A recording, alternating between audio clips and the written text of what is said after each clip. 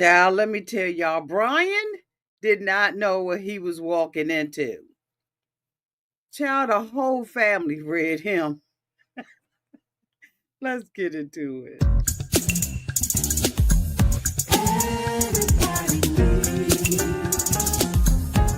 a sweet old auntie. Thank you, subscribers, and my nieces and nephews, and all of y'all who have been here through the long haul. Shall we get into it? Oh, yes, we shall. It's time for Auntie Advice. Sweet old. It's time for Auntie Advice. Oh, yeah. It's time for Auntie Advice.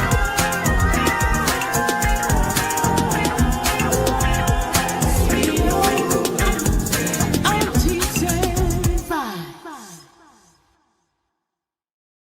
Well, hello there, everybody, and this is Auntie, and we are about to do our review of Love After Lockup, Season 6, Episode 7, Don't Hate the Player, Brian's story.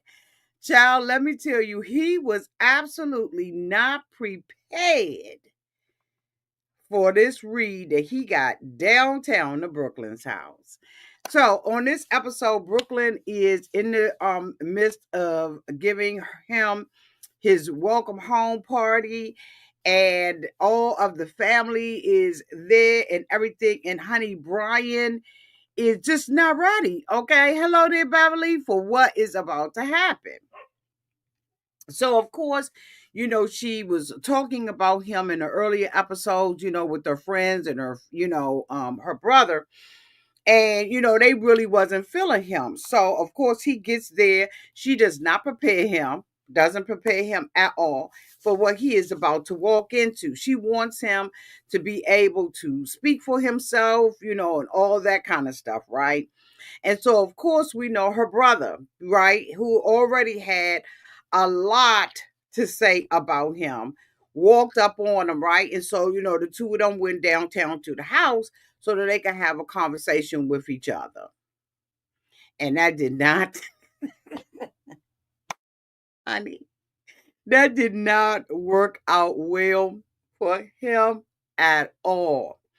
Because a brother straight came at him about his employment. Okay, you just ordered yours, Beverly. Child, I went shopping yesterday with a friend. We went out to dinner, and I went shopping yesterday. I couldn't find it. It won't in the stores. So I was like, okay, I'm gonna have to go out of my jurisdiction to go and find this. Cause look, and I got a bigger one that's just about out. Good for you, Beverly. So he went and, the brother went at him hard and basically was asking him, what is he going to do with his life? If he's just going to sit and eat and lay up off of his sister and, and not get a job. And he was like, you just laying around. And Brian was like, how can you say that? You don't know what I do. He said, do you got a job? Do you got a plan for a job? Like, what you plan on doing with your life, right? While you're living up here, up underneath my sister. Did I think that the brother was wrong? Absolutely. I thought that he came on too strong because, Brian was like, so if I get a job, what you want me to do? You want me to clock in with you? You want me to clock in with you and report to you about what I'm doing? You know what I'm saying? So of course that did not end very well or at all because like I said, I think that the brother came on too strong. I think that he was in a business that doesn't pay him. And I know that that's his sister. And I know that Brooklyn wants them to, accept him and all of that kind of stuff.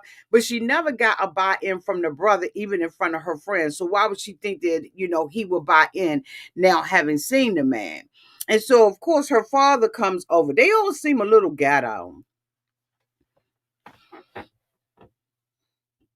Because when the father came in, he was blasé, nonchalant, Didn't seem like he really wanted to film, didn't really want to be bothered, honey. He came up in there and she was saying that Brian, was there and she wanted Brian to, talk to him. And at the same time, she had a conversation with Brian and was like, I want you to impress my father. But impress him with what though? Because see, here's the thing, Brooklyn took Brian on with nothing.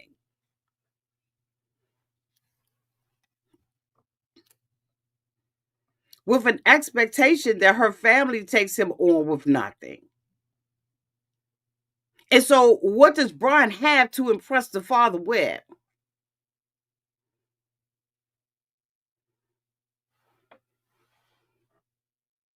He doesn't have anything to impress the father with. He doesn't have a job.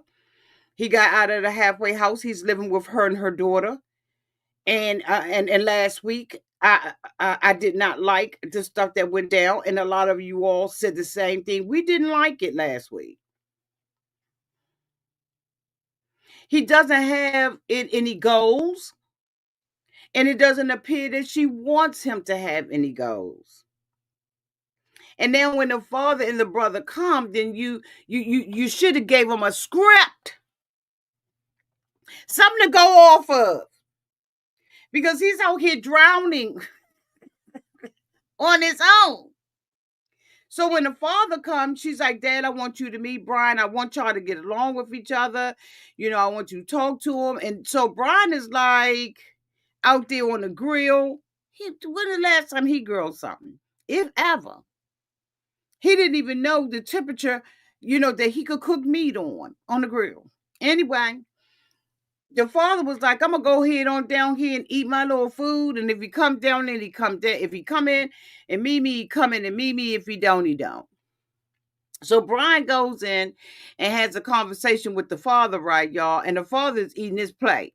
So Brian comes in. He doesn't introduce himself. He just like, hey, he doesn't have any etiquette. I think that he is still, a high schooler up in the jail. It's so unfortunate that when they go in jail, like really, they don't know anything. If we look at these people and the way that they are when they come out, they really don't know anything, y'all. Like seriously, dead ass. So, he sits down with the father. So the father was like, how long was you locked up? So he tells his dad how long he was locked up. And the father was like, and what you go to jail for? And so he said, Robbie. So the father was like, damn, you still, you still.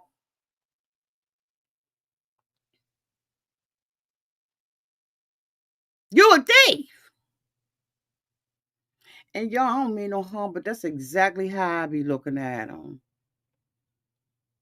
I will have everything, including my pocketbook, honey. I will have everything up on me while I'm around Brian. I don't mean no harm. And honey, maybe he has changed. I don't know if he's changed or not. And frankly, I wouldn't give a damn, honey. Once I found out that he had went to jail for robbing and stealing other people's property and things, it lets me know that you don't have a respect for other people's properties and things. Because it's absolutely, in my opinion, apparent that they don't get rehabilitated when they in jail. They just up in there like little caged ass animals, waiting their time out, playing bingo, tongue spades. You know what I'm saying? Getting into fights and right, covering it. Like seriously, because he has no job prospects. He doesn't seem like he's gotten any education or anything. And the father was like, so what you plan on doing? Brian don't have an answer. So the father was like, I mean, you shouldn't be even thinking about getting into a serious relationship with my daughter because you still on the tether. You on house arrest. You can't even go past the mailbox, right? He said, yeah. But then Brian turns around and says, once I get off this tether, she probably ain't gonna like me. She's a bus stop, a pit stop for this mother.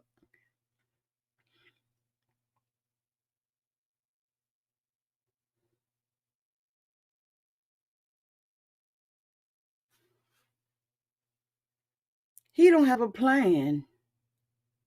And he's already said that she ain't gonna like him when he get off. So what is it that she not gonna like about him? About best friend? See, this is what we was talking about last week about best friend. Because you got your daughter, these people want a man so bad. Like y'all so bad that they overlook the obvious. She's telling him to step his game up to make sure, he win her father over. But my whole thing is, Brooklyn, why didn't you do this work before you even got into a relationship with him? And while you were serving time with him, why didn't you do that then? I don't understand it. But he didn't have nothing for the father, and the father had nothing for him because the father was like, you ain't even grown up. You ain't had no freedom. You need to, if you want to be in a serious relationship like this with my daughter or anybody else for that matter, get your shit together first. Get free, totally free, where you're not on the tether, right? And then we can holler at it and we can talk to each other. Then you can see. But Brooklyn didn't do her homework.